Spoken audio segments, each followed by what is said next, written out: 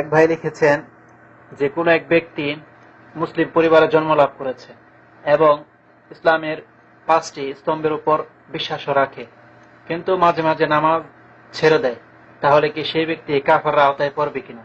কেননা Islamic cultural সেন্টারের বইগুলিতে নামাজ ছেড়ে দেওয়াকে কুফরি ফতোয়া দেওয়া হয়েছে। বিস্তারিত জানাবেন।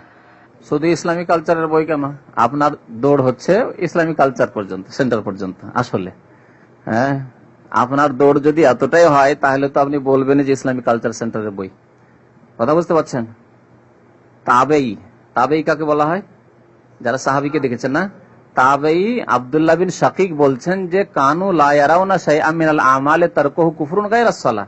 সাহাবায়ে কেরামদের ইজমা, ঐক্যমত ছিল যে নামাজ ছাড়া কুফরি কাজ। তাহলে এটি কথা কার? ইসলামিক কালচার সেন্টারের না সাহাবিদের? আচ্ছা, হলো সাহাবিদের জামানা কখন? এই 2004 সালের ইসলামিক সেন্টার, না ওই প্রথম হিজরি বা তার আগে? সাহাবায়ে কেরাম মক্কা তো সাহাবী ছিলেন, তাদের ইজমা ঐক্যমত। তাহলে 1400 বছর আগের পুরনো কথা, ঠিক না? সাহাবায়ে কেরামদের কথা, নবীর কথা শুনবেন সাল্লাল্লাহু আলাইহি ওয়াসাল্লাম। আল আহদুল্লাযী বাইনানা ওয়া বাইনাহুমুস সালাতু ফামান তারাকাহা ফাকাদ কাফারা। আমার মাঝে অমুসলিমের মাঝে প্রথম চুক্তি হবে সালাতের, নামাজের। ফামান তারাকা, যে ব্যক্তি তরক করলো। তরক মানে কি? ছেড়ে দেওয়া, না ইনকার করা। তরক মানে ইনকার, অস্বীকার করা নাই। ইনকার মানে আনকারা, অস্বীকার করা, কাফারা। কিন্তু এখানে আছে তারাকা, যে ব্যক্তি তরক করলো মানে ছাড়লো, ত্যাগ করলো। ফাকাদ কাফারা। কাফারা মানে কি? ফাসেক হলো, কাফের হলো। কাফারা মানে কাফের হলো, কাফারা মানে তো ফাসেক হলো নাই। তো কথা হচ্ছে যে এটি কার কথা? নবী সাল্লাল্লাহু আলাইহি ওয়াসাল্লামের কথা। কতদিন আগে? কালচার সেন্টার, এই ইসলামিক কালচার সেন্টার সৌদি আরবে 10-15 বছর আগে খুলেছে। এটি কতদিন আগের কথা? 1400 বছর আগের কথা। কোনখান থেকে কথাটি এসছে? রাসূল সাল্লাল্লাহু আলাইহি ওয়াসাল্লাম কোথা থেকে পেয়েছেন এই কথাটি? ওমা ইয়ানতিকু আনিল হাওয়া, নিজে খেয়াল খুশি বলতেন না। ইন হুয়া ইল্লা ওয়াহয়ুন ইউহা, আছে কিনা কোরআনে? হ্যাঁ, সূরা নাজমে। তিনি নিজের খেয়াল খুশি বলেননি কাউকে কাফের, বরং আল্লাহর পক্ষ থেকে যে নামাজ না পড়লে মুসলমান থাকবে না। তবে একটি লোক মোটেই নামাজ পড়ে না, সে বড় কাফের। আর একটি লোক মাঝে মাঝে পড়ে, মাঝে মাঝে ছেড়ে দেয়। যখন ছেড়ে দিল কুফরি করলো, ওই অবস্থায় যদি মরে যায় তো কুফরি অবস্থায় মরে গেল। কিন্তু যদি নামাজ পড়া অবস্থায় মারে, তওবা করলো, তাহলে আল্লাহ মাফ করতে পারেন, বা আল্লাহ তার নেকি গুনাহ ওজন করবে। যেমন ফজরের নামাজ ছেড়ে দিল আর ওই অবস্থায় আল্লাহ না করে মরে গেল, তাহলে কুফরের অবস্থায় মরে গেল। কিন্তু ফজর নামাজ ছাড়লো, তারপরে জোহরটা পড়লো, জোহর পড়ার পরে জোহর আসরের মাঝখানে মারা গেল, তাহলে জোহরের নেকি হলো, আর সকালবেলা সে কুফরি করেছে। এখন আল্লাহ রাব্বুল আলামিন তার দাঁড়ি পাল্লা কায়েম করবেন, কোনটা বেশি হচ্ছে সেই হিসাবে তার বিচার হবে, জান্নাতে যাবে না জাহান্নামে যাবে। বুঝতে পারছেন কথা? তো একজন লোক মোটেই নামাজ পড়ে না, একজন মাঝে মাঝে পড়ে, মাঝে মাঝে পড়ে না, দুটোর মধ্যে তফাৎ নিশ্চয়ই আছে। কিন্তু যখন নামাজটা ছেড়ে দিল, ফরজ নামাজ, সে কুফরি করলো। আর এটি ইসলামিক কালচার সেন্টারের কথা নয়। কোথাকার কথা? কোরআন হাদিসের কথা। সাহাবায়ে কেরামদের ইজমা, ঐক্যমত, সর্বসম্মতিক্রমে তারা এই বিশ্বাস রাখতেন যে নামাজ ত্যাগ করা কুফরি। আর একটি চিন্তার বিষয় আছে যে আমি যে মুসলমান, এই কথাটি আমার অন্তরে আছে, কথাতে কলমা পড়েছি, তাহলে কাজে তো প্রমাণ করতে হবে। আর কাজের প্রথম প্রমাণ হচ্ছে নামাজ। যে নামাজ না পড়লো প্রমাণই করলো না যে সে মুসলিম। যে নামাজ না পড়লো, কমের পক্ষে ইসলামে শর্ত রাখা একটি প্রমাণ দিতে হয় মুসলিম হওয়ার জন্য। প্রমাণই করলো না সে যে মুসলিম, যে নামাজ পড়লো না। ভাই লিখেছেন, আমরা যারা দামাম থেকে যাব এবং যারা বাংলাদেশ থেকে আসবেন, তারা কি নামাজ কসর করে পড়বে? দয়া করে কোরআন হাদিসের দৃষ্টিকোণ থেকে জানাবেন। হজের অবস্থায় কসরের ব্যাপারটি, কসরের আসল কারণ যেটি, সেটি হচ্ছে সফর, তাই না? এমনি সাধারণ সফরে কসরের কারণ কজ, কেন আপনি কসর করবেন? 4 রাকাত নামাজকে 2 রাকাত কেন পড়বেন? যদি আপনাকে জিজ্ঞেস করে, এখান থেকে আপনি যাচ্ছেন, আপনি বাংলাদেশ অথবা ইউরোপ যাচ্ছেন, কোথাও যাচ্ছেন আপনি, আর রাস্তায় যখনই বেরিয়ে গেছেন আপনার গ্রাম থেকে বা শহর থেকে, তখন আপনি 4 রাকাত বিশিষ্ট নামাজকে 2 রাকাত পড়ছেন। যদি জিজ্ঞেস করে যে কারণ কি ভাই, এই কেন করো, কি উত্তর দেবেন বলেন? আমি সফরে, এর কারণ হচ্ছে সফর হওয়া। কিন্তু হজ এবং উমরায় যখন হজের এবাদতে থাকবেন, তখন অর্থাৎ এহরামের অবস্থায় থাকবেন বা হজের যে কটি দিনে থাকে, এহরাম খুলে দেওয়ার পরে তো থাকতে হয়, মেনাতে থাকতে হয়, সেই দিনগুলো শামিল। যতদিন পর্যন্ত হজের এবাদতে রয়েছেন ততদিন পর্যন্ত আপনার কসরের কারণ কজ সফর না, বরং হজ উমরা সম্পাদন। এটিও একটি কারণ, যে কারণটিকে কিছু ফোকাহারা আমাদের দেশে মানে না, সেই জন্য আমাদের দেশের হাজিদেরকে শেখানো হয় যে মক্কায় গিয়ে যখন তোমাদের 15 দিন হয়ে যায়, 15 দিনের হাদিসটিও দুর্বল, যে 15 দিন হলে মুকিম হয়, বরং সহি হাদিসের আলোকে 4 দিন হলে মুকিম হয়ে যায়। সফরে কোথাও গিয়েছেন, 4 দিনের বেশি অবস্থান করেন কোন একটি জায়গায়, আপনি এখান থেকে মদিনা যাচ্ছেন, 4 দিনের বেশি অবস্থান করেন মুকিম। কিন্তু একটি দুর্বল হাদিসের ভিত্তিতে 15 দিন বলা হয় হানাফি মাযহাবে। তো 15 দিন বলা হয়, হাজিদেরকে শেখায় 15 দিনের বেশি যখন হয়ে যাবে তখন তোমরা কসর করবে না। এই জন্য আমার দেশের বাংলাদেশি হাজিরা, ভারতের হাজিরা যারা মযহাবের মুকাল্লিদ, তারা সহি হাদিস ছেড়ে মযহাবকে প্রাধান্য দিয়ে থাকে, তারা মেনাতে থাকে, আরাফাতে থাকে, 4 রাকাত নামাজ পড়ে, 4 রাকাত করে নামাজ পড়ে, কসর তারা করে না। কারণ তাদের কাছে কোয়াজ হচ্ছে সফর, আর সফর 15 দিন হয়ে গেছে, সফর শেষ হয়ে গেছে, এখন মুকিম হয়ে গেছে মক্কায়। কথা বুঝতে পারছেন তো? এই জন্য তারা কসর করেন না, রোগটা এখানে। কিন্তু যেটি বললাম আমি, যে হাজী সাহেবদের জন্য হজ সম্পাদন করা এবং ওমরা সম্পাদন করা, এটি হচ্ছে কসরের আরেকটি কারণ। এই যে কথাটি বললাম, এর দলিল কি?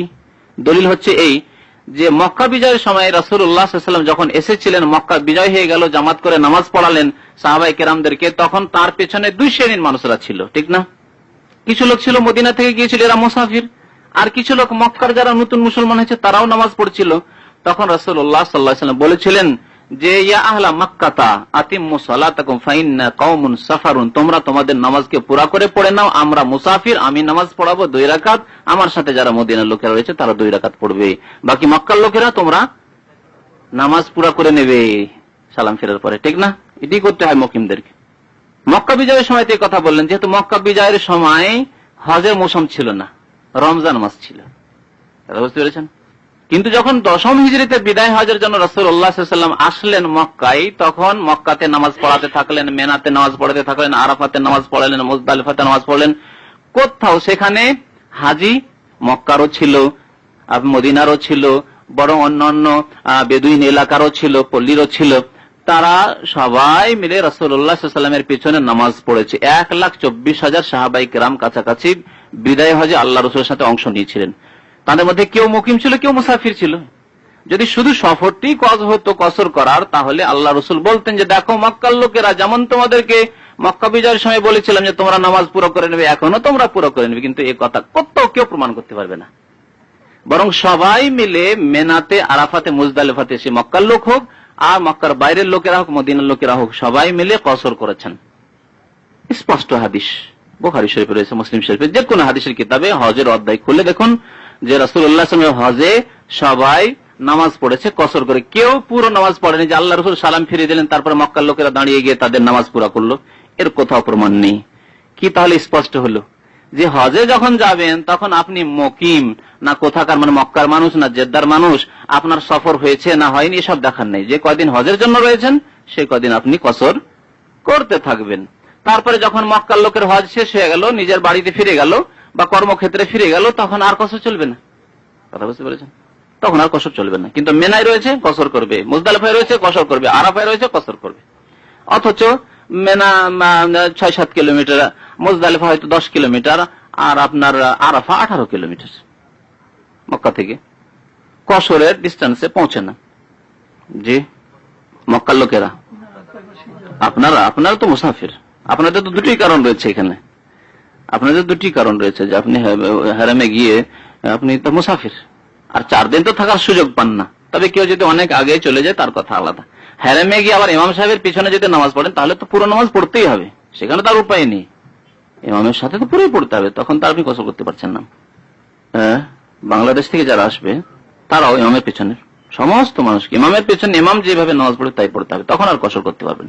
তবে কোনো সময় বাসায় পড়ে নিল তখন কসর করবে, এলো জামাত হয়ে গেছে একা একা পড়ছে বা সমস্ত মুসাফির, তখন কসর করবে। আরেক ভাই বলছেন যে আমাদের দেশে ইমাম সাহেবের সাথে সাথে মুসল্লিরাও সালাম ফেরান, কিন্তু এখানে ইমাম সাহেব আগে সালাম ফেরান, তারপরে মুসল্লিরা তার অনুসরণ করেন, এমনটা কেন? ইমাম যে কোনো কাজ আগে করবে, প্রথমে ইমাম করবে, তারপরে পরে তাকে ফলো করতে হবে, ইমামকে ফলো করতে হবে। একে বলা হয় আরবিতে মোতাবাত বা ইত্তিবা। ইত্তিবা মানে পেছনে পেছনে চলা, সাথে সাথে নাই। যদি কারো পাশে পাশে দুইজন একসাথে, 2 বন্ধু চলছেন, একসাথে চলছেন, তাহলে এটি ইত্তিবা হলো না বা মোতাবিয়াত হলো না, আর তার পিছনে থাকেন, একে বলা হয় মোতাবাত। তো একে বলা হয় আরবি, আর একটি আরবি ভাষায় ইক্তিদা বলা হয়। আর ইক্তিদা তো আমরা জানি, যেহেতু আমাদের সেই বিদাতি নিয়তে পড়ি, ইক্তাদাই তো বেহাজাল ইমাম, যা বলতে হয় না, এই বিদাত উচ্চারণ করতে হয় না। কিন্তু কথা হচ্ছে ইক্তেদা মানে ফলো করা, পেছনে পেছনে চলা। তো ইমামের ইক্তেদা করতে বলা হয়েছে, মানে অনুকরণ করতে বলা হয়েছে, পেছনে পেছনে যেতে বলা হয়েছে, যে কোনো কাজ করার ক্ষেত্রে নামাজের কাজগুলি হাদিসে ইন্নামা জুইলা ইমামা লিইউতাম্মা বিহি, সহিহ বুখারীর হাদিস। ইমাম এই জন্য নিযুক্ত করা হয়েছে যে ইমামের কি করবে, ইক্তেদা করবে, তাকে ফলো করবে। ইক্তেদা ইউতাম্মা বিহি মানে ইক্তেদা বিহি। তারপরে নবী সাল্লাল্লাহু আলাইহি ওয়াসাল্লাম বিস্তারিত এই হাদিসে বলেছেন, ফাইজা রাকা ফারকাও, যখন তিনি রুকু করবেন তখন তুমি রুকু করো, ওয়াইজা সাজাদা ফাসজুদ, যখন সেজদা করবেন সেজদা করো, যখন সামি আল্লাহু লিমান হামিদা বলবেন তখন ফা দিয়ে, মানে ফা মানে অতঃপর, তারপরে বেশি বিলম্ব করে নয়, পরে। এত বিলম্ব নয় যে তার এক সেজদা হয়ে যাচ্ছে অথচ আপনি সেজদা যাচ্ছেন আর এক সেজদার জন্য উঠে যাচ্ছেন, না, তাহলে হবে না, কিন্তু পেছনে থাকতে হবে। সুতরাং সুন্নত মোতাবেক হচ্ছে যে তার পেছনে পেছনে সালাম ফেরা, তাকে সালাম ফিরতে দেন, তারপরে সালাম ফিরেন, আর সাথে সাথে হয়ে যাওয়া এটি হচ্ছে সুন্নতের খেলাফ কাজ। আর আগে যদি বেড়ে যাওয়া যায় তাহলে নামাজ হবে না। যারা সাথে সাথে যায় তাদের নামাজ হবে, কিন্তু আপত্তিকর অপছন্দনীয় কাজ করলো, যেটা নিষেধ করা হয়েছে। আর আগে যদি বেড়ে যায়, অনেক সময় দেখা যায় যে ইমাম সেজদা থেকে উঠেনি, সে সেজদা থেকে উঠে বসে আছে, ইমাম রুকুতে যায়নি, সে রুকুতে গিয়ে বসে আছে, বা ইমাম রুকুতে আছে, সে রুকুতে উঠে গেছেন না, তাহলে নামাজ হবে না। এইরকম হলে, সে করে যদি এইরকম করে, ভুল হলে আবার ফিরে যান। হঠাৎ হয়তো অন্য কোনো আওয়াজ শুনে, পাশাপাশি মসজিদ থাকার এরকম হয়, অন্য মসজিদের আওয়াজ শুনে উঠে পড়েছেন, হয়তো ভাবলেন যে হয়তো ইমাম সাহেব উঠে গেছেন, দেখছেন না এখনো উঠেনি, ফিরে যান চট করে। জি, সেজদায় মাতৃভাষা ব্যবহার করা যাবে কিনা? সেজদায় যদি ফরজ নামাজে হয় আর আপনি আরবি দোয়া বলতে পারেন, আরবি দোয়ায় দিয়ে যথেষ্ট হয়। যেমন আরবি দোয়ায় কতগুলি কমন দোয়া রয়েছে, দুনিয়া এবং আখিরাতের সার্বিক কল্যাণ আপনি চাইতে পারেন সেই দোয়ার মাধ্যমে। রব্বানা আতিনা ফিদ দুনিয়া হাসানা ওয়া ফিল আখিরাতি হাসানা ওয়া কিনা আযাবান নার। দুনিয়ারও সবকিছু চাইলেন, আখিরাতেরও চাইলেন, নিয়তটা করলেন যে আল্লাহ বিশেষভাবে ওই জিনিসটি চাই, যথেষ্ট আশা করি। আর যদি মনে হয় যে না, আমি আরবি দিয়ে আমার কথা দরখাস্ত আল্লাহর কাছে প্রকাশ করতে পারছি না, আমি আরবি জানি না, বুঝি না, সুতরাং আপনি মাতৃভাষায় যদি দোয়া করতে চান, বিশেষ করে সুন্নাত নফল এইসব নামাজে, তো কোনো অসুবিধা নেই। তাছাড়া আপনি নামাজে আরবি দোয়াগুলি করেন, সবচাইতে ভালো তারিকা। আর নামাজের পরে বা অন্য সময় আজান একামতের মাঝখানে, এইভাবে যে সময়গুলিতে দোয়া কবুল হয়, রাতের অন্ধকারে, শেষ রাতে উঠে, এই সময়গুলিতে, জুমার দিনের আসর নামাজের পরে, আর জুমার দিনে যে খুতবা, দুই খুতবার মাঝখানে যে ইমাম সাহেব বসেন, এই সময়গুলিতে আপনি নিজের ভাষায় দোয়া করেন। তবে নামাজের মধ্যে যদি বান্দা চায় যে আমি নিজের ভাষা ছাড়া অন্য কোনো ভাষা, আরবি ভাষা জানি না, আমি আল্লাহর কাছে নামাজের মধ্যে দোয়া করতে চাই, সেজদায় অথবা তাশাহুদ দুরুদের পরে দোয়া করলে করতে পারে।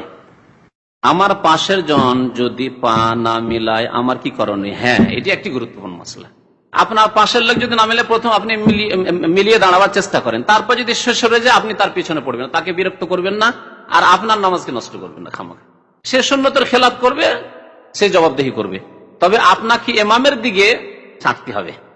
যেমন এইভাবে সামনে ইমাম আছে আর আপনি আছেন এখানে, তাহলে আপনি কার সাথে ছাড়বেন? ইমামের দিকে, ডান দিকে ছাড়বেন। এই দিকে আছেন, তাহলে আপনি এই দিকে ছাড়বেন। হ্যাঁ, ওই ডান দিকের লোকের সাথে আপনার ছাড়া জরুরি না, আপনাকে এদিকে সেটে আসতে হবে। বাকি ওই লোকের দায়িত্ব হচ্ছে আপনার সাথে সেটে যাও, যদি না ছাড়ে তার নামাজের জবাবদেহি করবে। আপনাকে আল্লাহ জিজ্ঞাসা, ওয়ালা তাজিরু ওয়াজিরাতুন উযরা উখরা, কেউ কারো বোঝা উঠাবে না।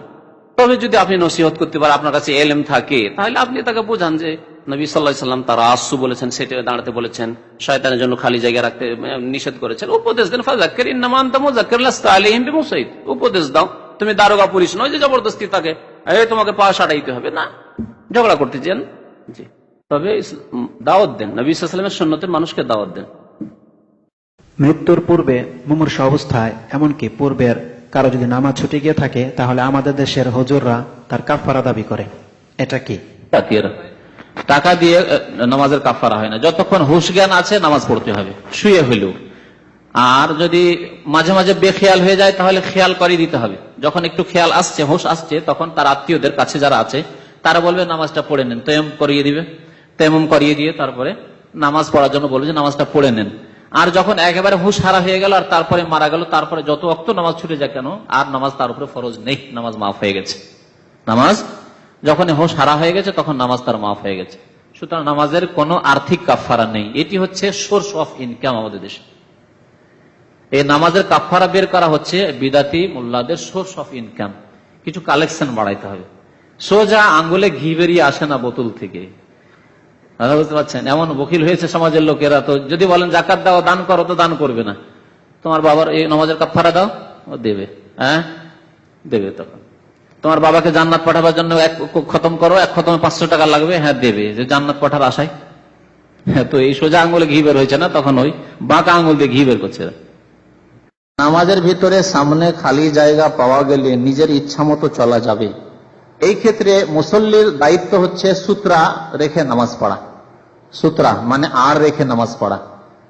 কোনো কিছু দিয়ে আড় তৈরি করেন, আর না কোনো কিছু নেই, তা আপনি দেখেন কোনো জায়গায় দেওয়াল রয়েছে অথবা পিলার রয়েছে বা অথবা কোরআন রাখার যে আলমারিগুলো রয়েছে, সেলফ রয়েছে, সেগুলিকে সামনে রেখে নামাজ পড়েন।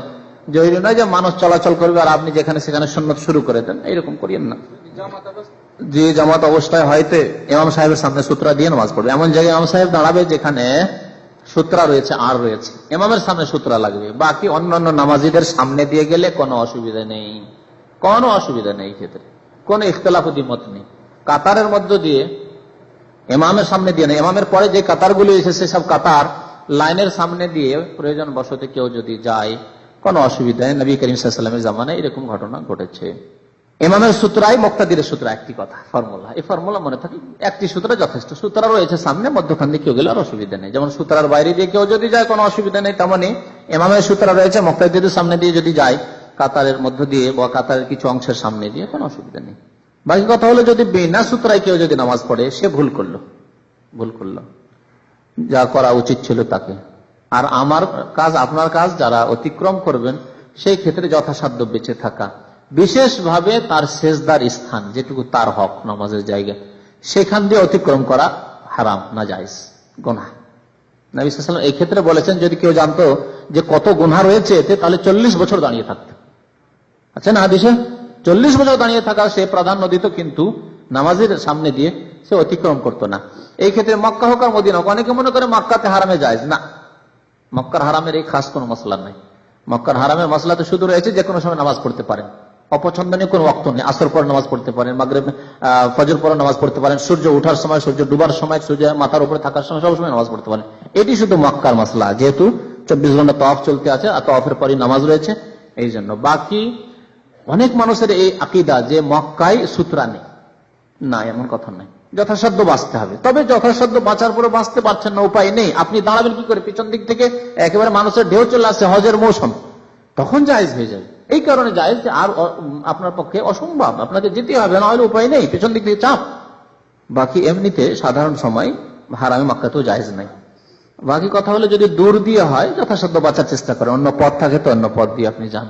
আর আপনার রাস্তা নেই, আর যেতেই হবে দূর দিয়ে, সূত্রা নেই, আর তার নামাজের জায়গা দিয়ে আপনি যাচ্ছেন না, দূর দিয়ে চলে যাচ্ছেন অতিক্রম করে, ইনশাআল্লাহ।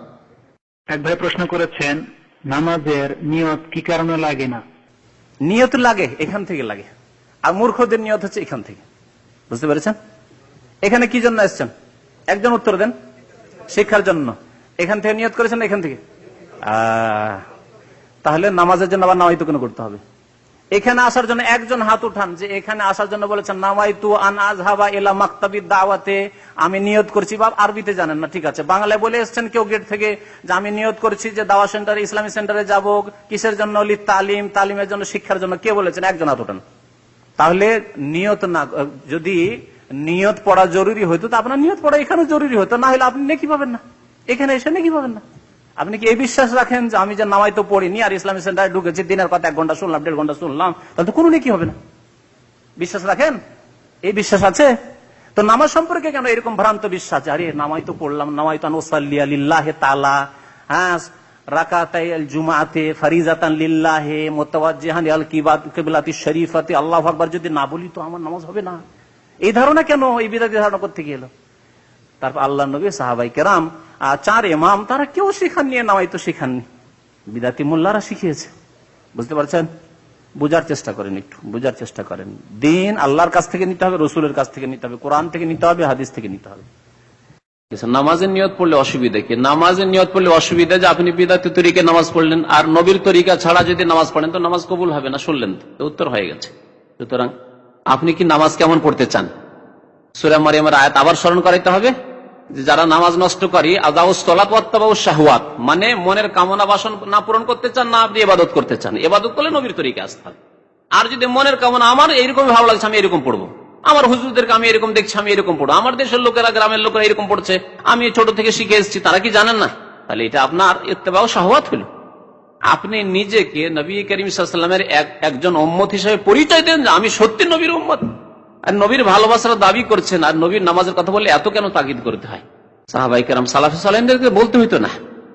লাখ লাখ টাকার মদ রয়েছে, যখন হারাম হলো সাথে সাথে নিজের হাতে ভেঙে ফেলে দিলেন না। আজকে যারা টিভি থেকে তওবা করেন তারা টিভিকে ভাঙতে পারবেন, বিক্রি করে দিই, যাক টিভি রাখবো না, ছেলে মেয়ে খারাপ হয়ে যাচ্ছে তো টিভি বিক্রি করে দিই। যদি খুব ভালো হন তাহলে তওবা যদি করতে চান আজকালকার জামানায় যদি ভালো, আর না হইলে না, আজকাল টিভি রাখতেই হবে, দাঁড়িয়ে রেখে 5 ওয়াক্ত নামাজ পড়ি। আজকালকার জামানায় টিভি না রাখলে হয়, আর টিভিটা কন্ট্রোলে রাখবো, কমপক্ষে খবরটা তো শুনতে হবে। খবরকে শোনায় মহিলা শোনায়, বেহায়া বেপর্দা, মাথায় কাপড় নাই, পেটে পিঠে কাপড় নেই, শাড়ি পরে আসে আর আপনাকে খবর শোনায়। জায়েজ আপনার জন্য? এগুলোকে আপনি জায়েজ করে নিয়েছেন একবারে। কালকে আমাদের কি জবাব দেবেন এই চোখের, যখন আল্লাহ পাক জিজ্ঞেস করবেন যে এই নিয়ামতের জবাব দাও? তো আমাদের আমলে এত ত্রুটি, অথচ নবীর ভালোবাসার এক শ্রেণীর লোকেরা দাবিদার, মৌসুমী ভালোবাসার দাবিদার, আর ওই মৌসুমী ভালোবাসা দেখাইতে গিয়ে আমরা বিদআত করে থাকি। নবীর ভালোবাসা অন্তরে সবসময় থাকতে হবে, এবং নবীর একটি সুন্নাতের জন্য নিজেকে কুরবানি করে দিতে হবে যে কোনো মূল্যে। আমি কেন আমল করব না? সারা বিশ্ব একদিকে হয়ে যাক, আমি একাই, আমি রাসূলুল্লাহ সাল্লাল্লাহু আলাইহি ওয়াসাল্লামের সাথে আছি, আল্লাহর সাথে আছি, রাসূলের সাথে আছি। জি, লিখেছেন ইকতাদাইতুল বিহাজাল ইমাম, এটা বলা কি কোনো শরীয়ত সম্মত বা হাদিসে আছে কিনা জানতে চেয়েছেন। না, যেমন নামাইতো পড়া বিদাত, তেমন ইকতাদাইতু বিহাজাল ইমাম পড়া বিদাত। এসব পড়তে নেই, কিছু পড়াপড়ি কিছু নেই। তাকবীর দিয়ে নামাজ শুরু হবে, যেমন ইমাম আল্লাহু আকবার দিয়ে নামাজ শুরু করবে, মুক্তাদিও আল্লাহু আকবার দিয়ে নামাজ শুরু করবে। বুঝতে পারছেন? ইমামও বলবে না যে আনা ইমামুল লিমান হাদারা ওয়া মান লাম ইয়াহদুর, আর মুক্তাদিও বলবে না ইকতাদাইতু বিহাজাল, যেমন নামাইতো বলবে না। নামাইতো বলে নিয়ত উচ্চারণ করা বিদাত। নিয়ত করতে হবে, নিয়ত পড়তে হবে না। কথাটি ভালো করে শুনে রাখেন, ইসলামে কি করতে হবে? নিয়ত করা ফরজ, নিয়ত পড়া বিদাত। করা আর পড়াতে তফাৎ আছে, বুঝছেন না? বুঝছেন না? হ্যাঁ, কে বুঝেনি? না সবাই বুঝেছেন? নিয়ত করা আর পড়া দুটোতে তফাৎ আছে। করা ফরজ, পড়া বিদাত। জি, নিয়ত করা মানে নিয়ত হয় এখান থেকে অন্তরে। অন্তরে আবার বলা হয় কি করে? অন্তর তো বলতে পারে না, এই জবানে জিভ বলতে পারে। জিভ নড়াইলেই বলা হয়ে গেল। আস্তে বলেন আর উচ্চ স্বরে বলেন, বুঝতে পারছেন? নিয়ত হচ্ছে অন্তরের কাজ, আর অন্তরের কাজ মানে বলা নাই, করা। আর যখনই জবানের কাজ তখন পড়া বলবো। নিয়ত পড়া বিদাত মানে জবান দিয়ে জিভ দ্বারা উচ্চারণ করে আস্তে বলেন আর জোরে বলেন, এটি হচ্ছে বিদাত। গুনাহগার সেই ব্যক্তি। আর যে ব্যক্তি অন্তর থেকে নিয়ত করলে এটা হচ্ছে তার ফরজ কাজ। আর নিয়ত তো হচ্ছে, নাহলে মসজিদে কেন? এখানে কি নিয়তে এসছেন বলেন? দিন তাফসীর শোনার নিয়তে এসছেন, এসছেন না? নিয়ত তো করেছেন, অন্তরে নিয়ত হয়েছে, তারপরে তো আপনার পা হেঁটে এসছে, নাহলে আসতো না। পাকে আদেশ করেছে আপনার ব্রেন যে আমার উদ্দেশ্য আছে, চলো ইসলামিক সেন্টারে যাবো, আজকে তাফসীর শুনবো, তারপরে পা হেঁটেছে, নাহলে এমনি হাঁটতো না। কথা বুঝতে পেরেছেন? পা হেঁটেছে, চোখ রাস্তা দেখেছে, হেঁটেছেন, তারপরে এখানে পৌঁছেছেন, সব নিয়তের ভিত্তিতে হয়েছে। এর নিয়ত পড়েননি, নিয়ত করেছেন আপনি। কথা বুঝতে পারছেন? এই জন্য আমি অনেক সময় মানুষকে বোঝাবার জন্য বলি যে দেশে যাওয়ার নিয়ত আছে, হঠাৎ করে ওকে জিজ্ঞেস করি দেশে যাওয়ার নিয়ত আছে? আছে। কখন? আপনার কখন নিয়ত আছে? হ্যাঁ, আরেক বছর পরে নিয়ত আছে, মানে ইচ্ছা আছে। নিয়ত মানে সংকল্প, ইচ্ছা। ইচ্ছা আছে না নেই? দেশে যাওয়ার ইচ্ছা আছে, তাহলে 1 বছর পরে ইচ্ছা আছে না? হয়তো পড়েছেন, নিয়ত পড়েননি, নিয়ত পড়েননি, নিয়ত পড়ে নিয়ত করেছেন। ওই রকমের নামাজের নিয়ত করতে হবে, নিয়ত পড়তে হবে না। কথা বুঝতে পারছেন? এইরকমের রোজার নয় তা নাসুমা গাদান, না পড়তে হবে না, করতে হবে। নিয়ত করে রমজান যেদিন আসবে চাঁদ দেখার খবর পেতে হবে, তাহলে নিয়ত হবে, না হলে নিয়ত হবে না। তো যেদিন ধরেন 29 শাবান, 30 শাবান হইতে পারে, পয়লা আর 1ম তারিখও হয়ে যেতে পারে রমজানের, সেই দিন আপনি যতক্ষণ চাঁদ দেখার খবর না পাবেন আপনি নিয়ত করছেন না অন্তরে। আর যখনই চাঁদ দেখার খবর পেয়ে গেলেন, নিয়ত করে নিলেন, তাতে আপনি সেহরি খেতে পান আর না পান আপনার রোজা হবে, যেহেতু নিয়ত করে আপনি ঘুমিয়েছেন যে কালকে রোজা রাখবো। বুঝতে পারছেন? জি। আমি প্রবাস কর্মজীবন যাপন করি প্রায় 6 বছর যাবত। আমার উপার্জনের টাকা থেকে বা বাড়তি আয়ের টাকা থেকে 2 ভাই এবং বাপের জন্য সম্পদ করে দেওয়া ঠিক হবে কি? আপনি যদি নিজের স্বেচ্ছায় করেন সেটা আপনার পক্ষ থেকে নফল কাজ, বাড়তি কাজ করলেন। তবে এমনটা না হয় যে আপনার ছেলে মেয়ে আছে আর সব টাকা দিয়েই আপনি ভাইদের নামে করে দিলেন, এতে জুলুম হবে। এই ক্ষেত্রে আপনার পুরো এখতিয়ার নেই, 1/3 পর্যন্ত ইখতিয়ার থাকতে পারে যে আমার 1/3 উপার্জন আমি ভাইদেরকে দিয়ে দিলাম, বাবাকে দিয়ে দিলাম, মাকে দিয়ে দিলাম, যা করলো তাই করলো তারা। কিন্তু বাকি আপনি যদি সব টাকাই করেন কি আমার 2 ভাইয়ের নামে হবে, তাহলে এই করতে গিয়ে দেখা গেল যে হঠাৎ করে আল্লাহ না করে আপনি মারা গেলেন, আর আপনার ছেলে মেয়েরা এতিম হয়ে গেল, আর আপনার ভাইয়েরা তো সাবালক, আপনার টাকা পয়সা খেয়ে খেয়ে আর আপনার জমি জায়গা নিয়েছে, মোটাসোটা হয়ে গেছে, আর 1 পয়সাও আর ভাতিজা ভাতিজাদেরকে দিচ্ছে না। এই হচ্ছে অবস্থা দেশে, হচ্ছে না? তাহলে কি করবেন? আপনি জুলুম করলেন না? আপনি কি জানেন যে কতদিন বাঁচবেন? এই টাকা দিতে থাকছেন ভাইদেরকে, আরো 10 বছর সময় পাবেন, তখন ছেলে মেয়েদের জন্য কিছু করবেন, এইরকম সুযোগ আপনার হাতে আসবে, জানা আছে? কিছু জানা নেই। সুতরাং ছেলে মেয়েদের উপরে জুলম অত্যাচার করে ভাইদেরকে দেওয়া যাবে না। তবে এতটা দেন যাতে ছেলে মেয়েদের উপরে জুলম না হয়, তাদের জন্য করেন, এবং তাদেরকে যদি দেন নফল, দেওয়া ফরজ নাই। তবে নাবালক ভাইরা যদি থাকে, বোন থাকে নাবালক, বা বোন বিয়ে হয়নি আর বাবা চালাতে সক্ষম নাই, বাবা সেই খরচ খরচা চালাতে সক্ষম নাই, তখন আপনার উপর ফরজ, আপনার ফরজ সে নাবালক ভাইদেরকে সাবালক করবেন, আর বোনদেরকে যতদিন বিয়ে শাদী হয়নি ততদিন তাদের ভরণ পোষণের দায়িত্ব আপনার উপর ফরজ। আরেকটি প্রশ্ন, যে নবী করিম সাল্লাল্লাহু আলাইহি সাল্লামের কবরের পাশে সালাম দেওয়ার পর কোরআন তেলাওয়াত করা যাবে কি? নবী সাল্লাল্লাহু আলাইহি ওয়াসাল্লামের কবরে সালাম বা সালাত দুরুদ পেশ করবেন, যখন সেখানে যাবেন দুরুদ পেশ করবেন সামনে থেকে গিয়ে, আর দূরে থাকলে যে কোনো সময় সালাত সালাম দুরুদ পাঠ করা, বিশেষ করে নামাজের মাধ্যমে আল্লাহ ফরজ করেছেন দুরুদ এবং সালাম পাঠ করা। আত্তাহিয়াতুতে সালাম রয়েছে এবং আল্লাহুম্মা সাল্লি আলা মুহাম্মদ দুরুদ ইব্রাহিমী রয়েছে। তো দুরুদ সালাম ছাড়া কোনো মুমিন নেই, দুরুদ সালাম পাঠ করতে হবে এবং এর অত্যন্ত ফজিলত রয়েছে। দুরুদ সালাম পাঠ করার পরে যদি দোয়া করতে হয় তাহলে কিবলামুখী হয়ে দোয়া করতে হবে। আর যখন দরুদ সালাম পাঠ করা হয় নবী সাল্লাল্লাহু আলাইহি ওয়াসাল্লামের কবরের কাছে, তখন কিবলা পিছনে থাকে, ঠিক না? কিবলাকে পিছনে করে দোয়া করা ঠিক নয়। কিবলাকে পিছনে করে যদি দোয়া করেন তাহলে কবর সামনে হবে, আল্লাহর কাছে দোয়া করছেন, আর কিবলা কেন পিছনে থাকবে? সুতরাং যদি দোয়া করতে হয় তাহলে কিবলামুখী হইতে হবে, একটি কথা। দ্বিতীয় কথা, যে জিজ্ঞেস করেছেন কোরআন তেলাওয়াত সম্পর্কে, কোরআন তেলাওয়াত কার জন্য? নবীর জন্য, ইসালে সওয়াব, যে কোরআন পড়ে বক্সানো আমাদের দেশে যে নিয়ম আছে, যদি তাই হয় তাহলে বিদআত। কোরআন পড়ে বক্সানো এবং এইরকম দৈহিক ইবাদতের মাধ্যমে কাউকে নেকি পৌঁছানো, এটি নবী সাল্লাল্লাহু আলাইহি ওয়াসাল্লামের আদর্শ নেই। নবী সাল্লাল্লাহু আলাইহি ওয়াসাল্লামের সাহাবারা আপনজন আত্মীয়দেরকে আমাদের চাইতে অনেক বেশি ভালোবাসতেন এবং তাদের এক অপরের হক প্রাপ্য অধিকার সম্পর্কে আমাদের চাইতে বেশি জ্ঞান ছিল। তারপরে কেউ কারো জন্য ইন্তেকালের পরে এই ইসালে সওয়াবের জন্য কোরআন খানি করা, এসব মজলিস অনুষ্ঠান করেননি। সুতরাং এই কোরআন খানি নেই। আর যদি মনে করেন যে আমি মসজিদ নববীতে বসে কোরআন তেলাওয়াত করব, তাহলে কবরের কাছে কোরআন তেলাওয়াত নেই। কবরের কাছে আপনি গিয়েছেন দুরুদ এবং সালাম পেশ করার জন্য, শেষ হয়ে গেল, সেখান থেকে আর ভিড়ভাড় না করে আর বিদাতি তরিকায় সেখানে কোরআন পড়া জায়েজ নাই।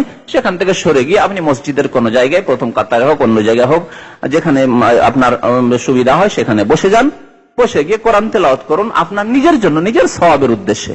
নবী করিম সাল্লাল্লাহু আলাইহি ওয়াসাল্লাম আপনার এই সওয়াবের মোহতাজ মোকাপেক্ষী নন, এবং কোরআন পড়ে মৃত ব্যক্তিকে, যে কোনো ব্যক্তি, সে নবী রসুল হোক অথবা অন্য কোনো আপন আত্মীয় হোক, কোরআন পড়ে বক্সানো এটিও সুন্নত সম্মত নয়। জি। কোন নবীর হাতে লোহা দিলে মোমের মতো গলিয়ে দিতেন? নবীদের মধ্যে শক্তিশালী ছিলেন, এটি শক্তির প্রমাণ নয়, এটি হচ্ছে তার মুজিজা। তার শক্তি দিয়ে তিনি করতেন না। এই নয় যে নবী করিম সাল্লাল্লাহু আলাইহি ওয়াসাল্লাম চাইতে বেশি শক্তিশালী ছিলেন তাই লোহাকে তিনি হাত দিয়ে গলিয়ে দিতেন, না, কখনো না। বরং আল্লাহ রাব্বুল আলামিন প্রত্যেক নবীকে কিছু কিছু মুজিজা দিয়েছেন যা হয়তো অন্যকে দেননি। দাউদ আলাইহিস সালামকে আল্লাহ রাব্বুল আলামিন এই মুজিজা, অলৌকিকত্ব দিয়েছেন, অসাধারণ ক্ষমতা, যেটি নিজের হাতের ক্ষমতা না, আল্লাহ রাব্বুল হাতে নিলে আল্লাহ রাব্বুল তা করে দিতেন। তাহলে মুজিজা সবসময় মনে রাখবেন, মুজিজা প্রকাশ পায় কার হাতে? নবী এবং রাসূলদের হাতে। কিন্তু এই তাসির বা এই প্রতিক্রিয়া কার পক্ষ থেকে হয়? আল্লাহ রাব্বুল আলামিনের পক্ষ থেকে। তার কোনো ক্ষমতা কাজ করে না সেখানে। যদি তাই হইতো তো কখনো নবী করিম সাল্লাল্লাহু আলাইহি ওয়াসাল্লাম অল্প রুটি আর গোস্ত রয়েছে 300-400 লোককে খাওয়াই দিচ্ছেন। একবার তো খন্দকের সময় একটি ছোট্ট বকরির গোস্ত আর কটা মাত্র রুটি জাবেরের বাড়ির আর 1400 সাহাবায়ে কেরামকে খাওয়াই দিলেন। আর আবার কখনো কখনো সেই নবী করিম সাল্লাল্লাহু আলাইহি ওয়াসাল্লাম অনাহারে থেকে পেটে 1টি 2টি 3টি পাথর বেঁধে থেকেছেন। কেন? নিজের হাতে যদি এই ক্ষমতা থাকতো, মুজিজার ক্ষমতা, তাহলে যখন খাবার ইচ্ছা তখন মুজিজা দেখিয়ে দিলেন, নিজে খেয়ে নিলেন, হয়ে গেল। পরিবার পরিজন আত্মীয় স্বজন সাহাবাদেরকে খাওয়াই দিলেন, হয়ে গেল। তাহলে আসহাবু সুফা অনাহার এরকম থাকার কি প্রয়োজন ছিল? বুঝতে পারছেন স্পষ্ট? তাহলে নিজের এখতিয়ারে মুজিজা থাকে না, আল্লাহ রাব্বুল আলামিনের উপর এখতিয়ারভূত। আল্লাহ যখন ইচ্ছা প্রকাশ করে থাকেন। দাউদ আলাইহিস সালামকে আল্লাহ রাব্বুল আলামিন ওই রকমই এই মুজিজা দিয়েছিলেন আল্লাহর পক্ষ থেকে। প্রশ্ন আরেকটি মহিলাদের, বলছে মহিলারা তাদের নখকে সামান্য একটু বড় রাখলে কি হারাম হবে? মহিলাদের হোক আর পুরুষের হোক নখ বড় রাখা জায়েজ না, না জায়েজ, এমনিতে না যায়। যেহেতু রাসূলুল্লাহ সাল্লাল্লাহু আলাইহি ওয়াসাল্লাম সুনানুল ফিতরা 10টিকে বলেছেন যে ফিতরাতি সুন্নাত, মানে প্রাকৃতিক সুন্নাত, প্রাচীন সুন্নাত। এর মানে ভাব অর্থ আরো ভালো করে বললে প্রাচীন সুন্নাত হযরত ইব্রাহিম আলাইহিস সালামের জামানা থেকে সুন্নাত, বরং হযরত আদম আলাইহিস সালামের জামানা থেকে সুন্নাত। দাড়ি বাড়ানো, মোচ কাটানো, তারপরে নখ কাটা, বগলে চুল সাফ করা, এগুলি প্রাচীন সুন্নাত, হাজার হাজার বছর থেকে সুন্নাত এগুলি। সুতরাং কেউ যদি নখ না কাটে বাড়ায় তাহলে সে এই সুন্নাত কে অবজ্ঞা করলো, অমান্য করলো।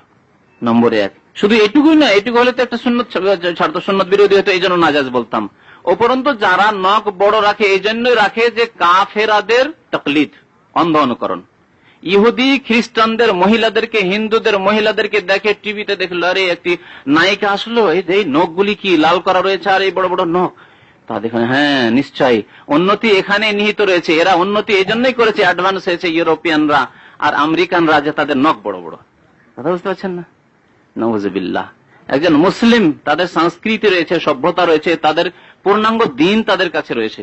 সুতরাং এই যে নাজায়েজ হওয়াটি আরো কঠোর ভাবে নাজায়েজ হয়ে গেল যখন আপনি এই জন্যই রাখছেন যে নায়িকাকে রাখতে দেখেছেন, বা খ্রিস্টান মহিলারা রাখে, কাফেরা ফাসেকারা রাখে। কোন দিনদার আল্লাহওয়ালা পরেশগার মহিলাকে কোনদিন দেখেছেন যে নখ রেখেছে? মা আয়েশা রেখেছেন। আপনি একজন মুসলিম মহিলা, কেন বা আপনার স্ত্রী একজন মুসলিমা, কেন আয়েশার মতো হবে না, কেন ফাতেমার মতো হবে না, ফাসেকা ফাজেরার মতো, জানিদের মতো হবে কেন, খ্রিস্টান ইহুদিদের মহিলাদের মতো হবে কেন? মোটেই না। সুতরাং ডবল নাজায়েজ হওয়ার কারণ বুঝতে পারছেন, স্পষ্ট না?